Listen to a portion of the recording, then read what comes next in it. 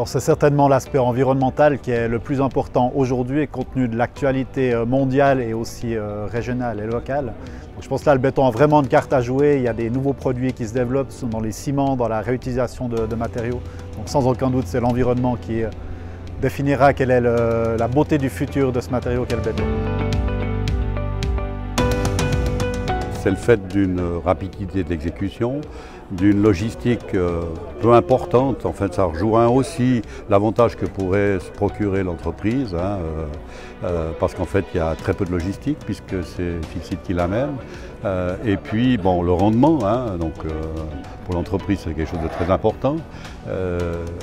Je rajouterais la partie pour le maître d'ouvrage écologique, puisque c'est un produit qui est très écologique. Et puis recyclable surtout.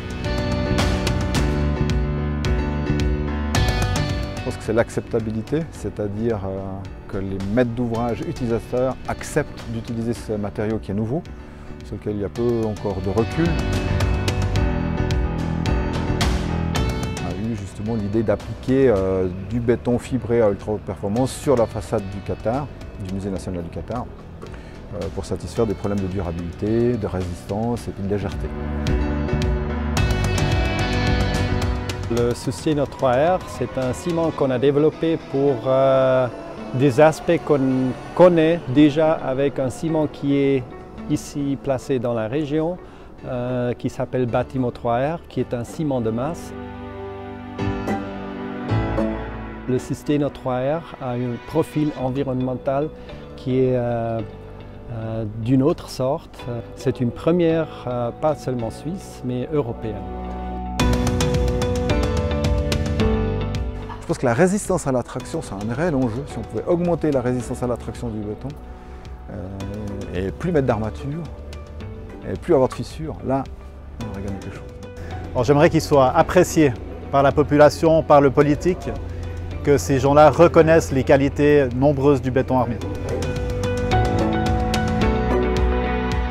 Alors nous, en tant que maître d'ouvrage, on apprécie vraiment d'être impliqué dans ce genre de présentation qui n'est pas réservé qu'aux entreprises et aux bureaux d'ingénieurs et aux fournisseurs de béton.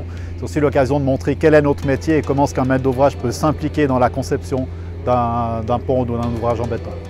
Ce qui est intéressant, c'est de pouvoir passer un message à un parterre de professionnels, ça c'est essentiel.